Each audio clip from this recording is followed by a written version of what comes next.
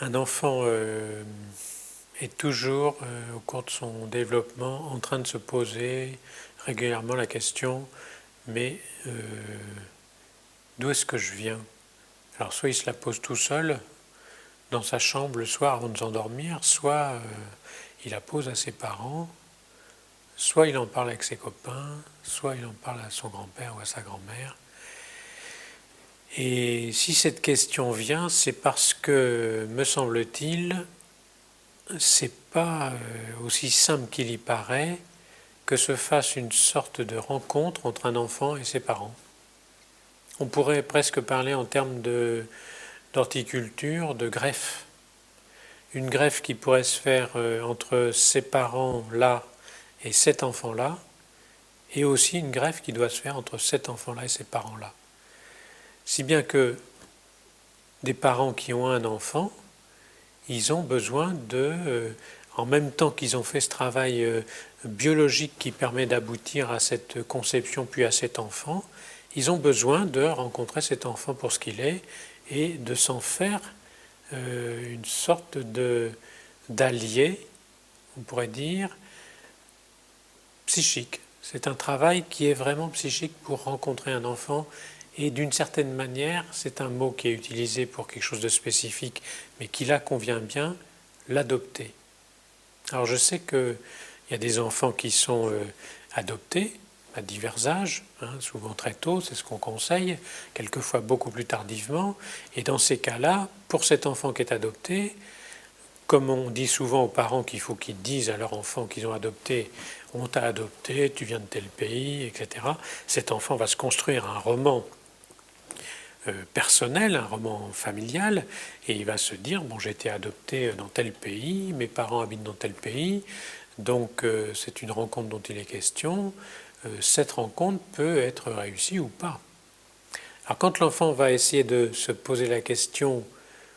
d'où est-ce que je viens, quelles sont mes origines, pour celui-là qui est vraiment adopté, il va avoir tendance à se dire, bon ben moi je viens de tel pays, alors que mes parents qui m'ont adopté, ils sont là, ici, avec moi. Donc pour lui, construire son roman familial, c'est quelque chose qui est traversé par la réalité de l'adoption. Mais quand il s'agit d'un enfant qui est né du ventre de sa mère et qui est le fils de son père, eh bien, on pourrait croire que cet enfant n'a pas besoin de construire un roman familial puisqu'il l'a là sous la main, on pourrait dire. Eh bien, pas du tout. Dans la plupart des cas des enfants avec lesquels on peut travailler sur ces questions-là, on se rend compte que l'enfant se construit un roman familial lui aussi. Et il arrive très souvent, notamment ça se voit beaucoup au moment de la préadolescence, mais bien entendu c'est des questions qui ont déjà été beaucoup travaillées bien avant, que des parents, que des enfants se disent mais mes parents me disent que ce sont mes parents, mais c'est pas vrai, je vois vraiment que ça doit être quelqu'un d'autre, et à ce moment-là, certains enfants un peu fabulateurs vont s'inventer des parentalités extraordinaires. Ce sont les fils et les filles de rois ou de présidents de la République. Alors sans aller toujours jusque-là, ce qui est quand même un exemple de mégalomanie infantile qui n'est pas si rare que ça montre que chacun de nous, quand on se fabrique notre roman familial, on est à la recherche d'une origine, et que cette origine, quelquefois, peut coïncider avec la réalité de nos parents,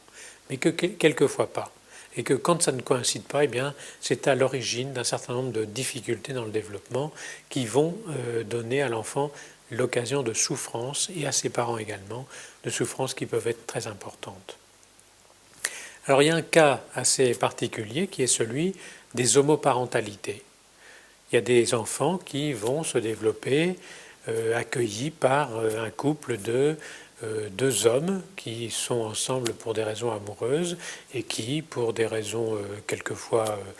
très variées, vont être amenés à élever un enfant ensemble. Eh bien, cet enfant-là va, dans son roman personnel, dans son roman familial, se construire une histoire qui est en appui sur la réalité du couple de ses parents, ces deux hommes dont je viens de parler, mais en même temps, c'est très touchant de voir que cet enfant sait d'une façon explicite qu'il est l'enfant d'un homme et d'une femme. Et qu'il va falloir qu'il fasse coïncider dans son roman cette présence de deux hommes à la maison qui ont une fonction parentale avec son propre roman familial qui est constitué avec une femme. Et il faut bien que cette femme soit quelque part dans son existence. Et je crois que c'est parce que ça se passe de cette manière-là que d'une certaine façon, un enfant qui a été élevé par un couple homoparental, un enfant qui a été adopté ou un enfant qui a été élevé par son père et sa mère, chacun à leur manière vont reconstruire pour eux une histoire qui va le mettre en position de devenir père ou mère un jour, lui, dans un nouveau roman familial qui sera la génération ultérieure. Et je crois qu'au fond, ce roman familial est très important pour comprendre comment, au fond, chacun de nous, en permanence, on est à la recherche de causes pour expliquer notre existence. Et je crois que l'idée des origines est un exemple parmi d'autres de ces causes à la recherche desquelles on passe quelquefois notre existence en mouvement. Et je crois que c'est à la possibilité que certains ont, qu'on appelle les romanciers, d'écrire des histoires qui sont en général des exemples magnifiques de romans familiaux, et que c'est par cet exemple qu'on comprend que chacun de nous, nous sommes les romanciers de notre propre histoire.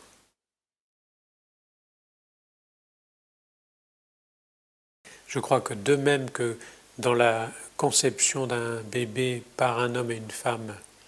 on voit bien que se fait un travail en même temps de fabrication de ce bébé dans le ventre maternel à partir des deux principes paternels et maternels, mais que ça ne suffit pas pour l'avenir du bébé, qu'il faut aussi qu'il y ait une création psychique progressive qui va accompagner ce bébé. Eh bien, dans ce cas des parentalités qui sont un peu différentes de ces parentalités classiques, l'adoption, l'homoparentalité et toutes ces parentalités avec les nouvelles manières médicales de faire des enfants,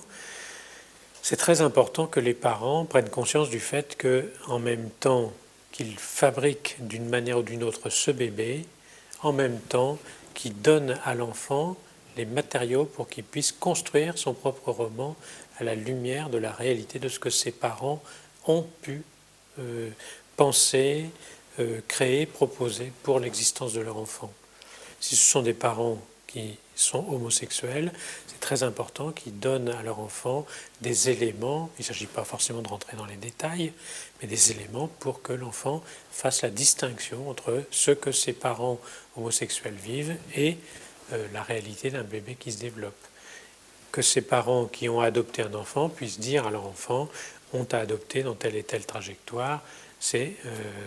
différent de ce que d'autres parents qui ont eu un enfant peuvent avoir comme expérience avec un enfant, de façon à ce que l'enfant puisse intérioriser ces éléments-là et construire son existence en tenant compte, en intégrant progressivement ces éléments dans son histoire personnelle.